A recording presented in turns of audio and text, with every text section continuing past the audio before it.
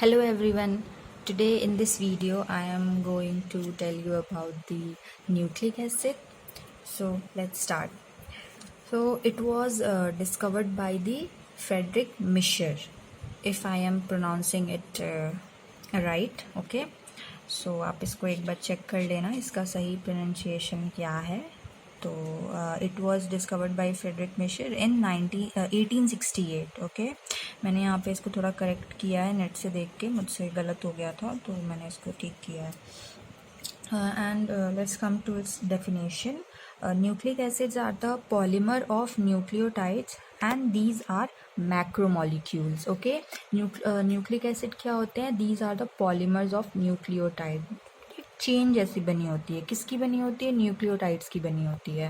And ये जो nucleic acid होते हैं ये मैक्रोमोलिक्यूल्स होते हैं, मतलब लार्ज मॉलिक्यूल्स होते हैं. And next are the types 1 and 2. First one is the DNA and the second is the RNA. When the DNA will be hydrolyzed by the process of hydrolysis, ठीक है, it will produce the deoxyribose sugar and the RNA will produce the ribose sugar. Okay, next is the nucleotides serve as a building block of the nucleic acid. मतलब nucleic acid बनाने के लिए आपको nucleotide की ज़रूरत पड़ेगी. These are the building blocks. इसी से न्यूक्लिक एसिड मिलके ही न्यूक्लियोटाइड से बना होता है. ठीक है, मैंने आपको डेफिनेशन में बताया था. So next, nucleic acid are the largest, बताया था. These are the macromolecules and also they are complex organic molecules. Complex means यही हमको इनकी कॉम्प्लेक्सिटी ही इसके अंदर पढ़नी है कि क्या क्या. अब न्यूक्लिक एसिड न्यूक्लियोटाइड से होता है, न्यूक्लियोटाइड किससे अब बना होता है वो भी हमको पढ़ना है. ठीक है, इसके अंदर तो कॉम्प्लेक्स ऑर्गेनिक मॉलिक्यूल होता है. And nucleic acid are present in all the cells. ये सारे सेल्स में होता है. ठीक है, सारे सेल में डीएनए होता है, पता ही है, तो ये सभी सेल में प्रेजेंट होता है. It was first isolated from the cellular nucleus. एक सेल के न्यूक्लियस से इसको सबसे पहले हमको पता ही है कि जो डीएनए होता है कहाँ पे प्रेजेंट होता है. It is present in the nucleus of the cell. So it was first isolated from the cell. Next is the functions. What are the functions? So as its types are the DNA and the RNA, so the functions of the RNA and the DNA will be here. DNA is a permanent storage place for genetic information. ये भी पता ही होगा आप लोगों को कि जो genetic information कहाँ पे store होती है. It is in the DNA. It is stored in the DNA. Okay. Also DNA क्या control करता है? Second point है, it controls the synthesis of the RNA. हमारा जो RNA होता है वो बना ही DNA की वजह से होता है. DNA होता है इसीलिए RNA होता है. तो RNA किससे बनता है? DNA से बनता है. And the third is the sequence of nitrogenous bases in the DNA determines the protein development in the new cells. जो हमारा DNA क्या करता है? प्रोटीन डेवलपमेंट का डिटर्मिनेशन करता है. किसमें? न्यू सेल्स में. सो जो डीएनए होता है इसका ये किससे बना होता है? DNA nitrogenous bases, sequence of nitrogenous bases होता है. फिर डीएनए फिर क्या डिटरमाइन करता है? The development of the protein in the new sales. Fourth is the RNA. RNA also directs the synthesis of the new proteins. RNA भी हमारा proteins बनाता है. किससे? हमारा जो पहले से जेनेटिक इन्फॉर्मेशन जो है which is transported from that previous cell. Okay, उसी से बनाता है. आरएनए भी प्रोटीन उसी प्रोसेस से बनाता है. Next is the nucleic acid. We are talking here the nucleic acid about the DNA. ठीक है, ये क्या करता है? This carry out a vital role in the human body. कैसे वाइटल रोल? कैसे? माइटोसिस और मियोसिस जो होता है ये भी डीएनए के हेल्प से ही होता है. Okay. Next is the providing energy. DNA RNA कैसे आपको प्रोवाइड एनर्जी प्रोवाइड करते हैं? सॉरी, डीएनए आरएनए, हाँ डीएनए आरएनए बोल सकते हो क्योंकि न्यूक्लिक एसिड के बारे में ही हम बोल रहे हैं, यहाँ पे बात कर रहे हैं. तो nucleic acid can be use to create the energy in the form of the ATP. कैसे? जो एटीपी इसको न्यूक्लिक एसिड ही जो होता है it is used for the creation और टू क्रिएट द एनर्जी। किस फॉर्म में हम एनर्जी हमारी जो बॉडी होती है वो एटीपी के फॉर्म में बनाती है। तो with the help of the nucleic acid, which nucleic acid, RNA और the DNA, ATP is formed and the full form of the ATP is the adenosine triphosphate. Okay, ये आपको लर्न करना होगा इसका full form. It is very important from the exam point of view. Okay, and ATP is formed with the nitrogenous bases adenosine and the ribose. Nitrogenous bases आपके कौन से हो गए, एडिनोसिन हो गया, हाँ, और फिर उसके बाद ये राइबोज शुगर हो गया। ये शुगर और ये जो नाइट्रोजनस बेस होते हैं ये मिलके हमारे क्या बनाते हैं, एटीपी बनाते हैं। And ATP is the form of energy which is present in the cell. Next is the composition of the nucleic acid. ठीक है, एनसी को, न्यूक्लिक एसिड को मैंने इसको एब्रीवेट किया हुआ है।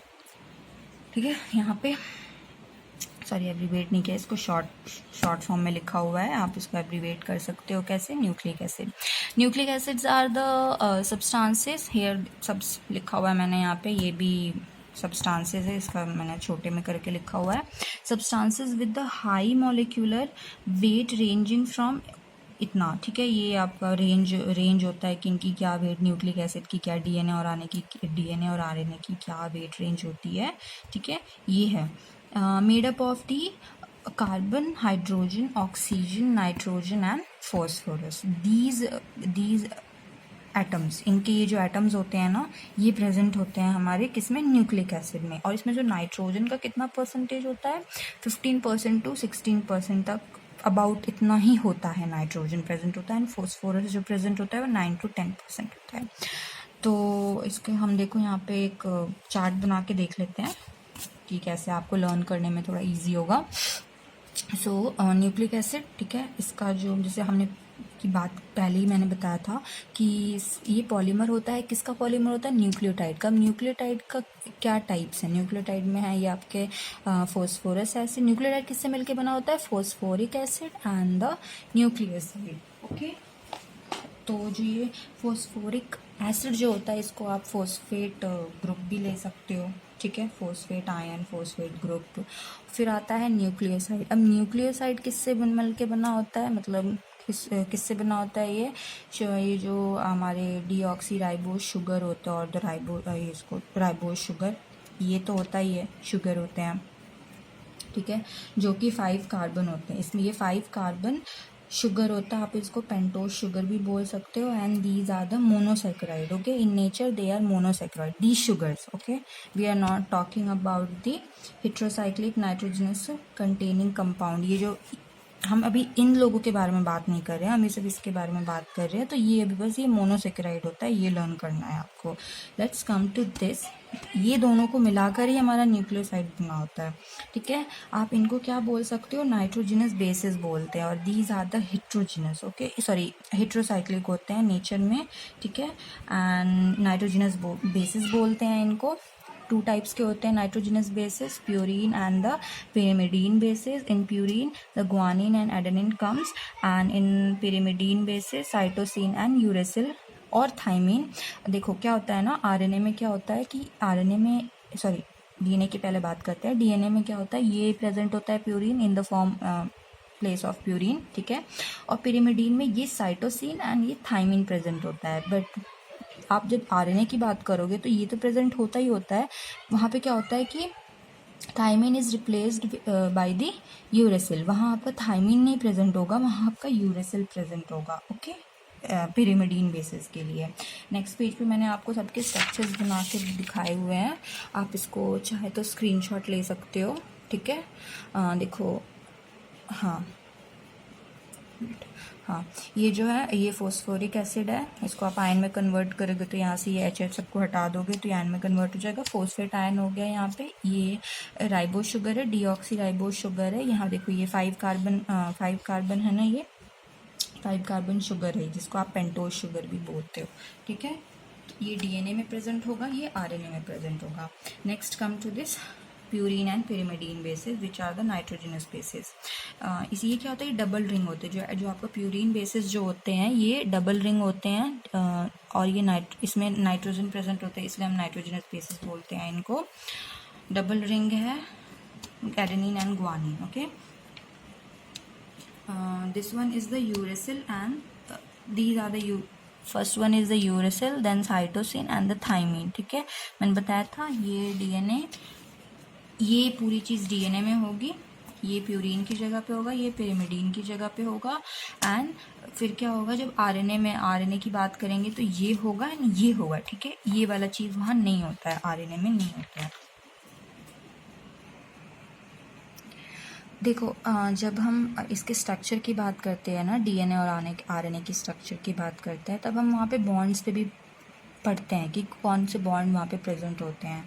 तो जो ये देखो जो नाइट्रोजनस बेस जब किससे जुड़ा होता है, शुगर मॉलिक्यूल से.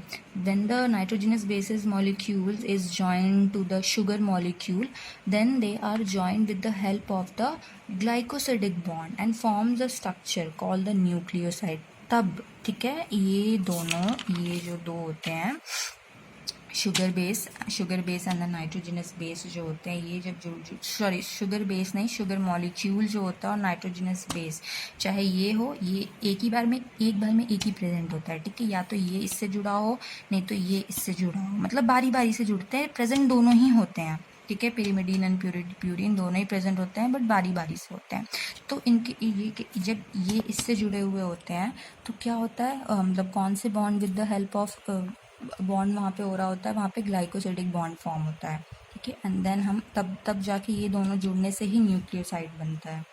फिर इन दोनों के जुड़ने से हमारा न्यूक्लियोटाइड बनता है. तो ये कौन से उससे जुड़े हुए होते हैं, ये ईस्टर बॉन्ड से जुड़े होते हैं. लेकिन क्योंकि जो फोस्फोरिक एसिड जो होता है वो दोनों साइड ही दो न्यूक्लियोसाइड से जुड़ा हुआ होता है, तो दो बॉन्ड होंगे, दो ईस्टर बॉन्ड होंगे, तो वहाँ पे हम क्या इसको बोल देते हैं, फोस्फोडाईस्टर बॉन्ड बोलते हैं.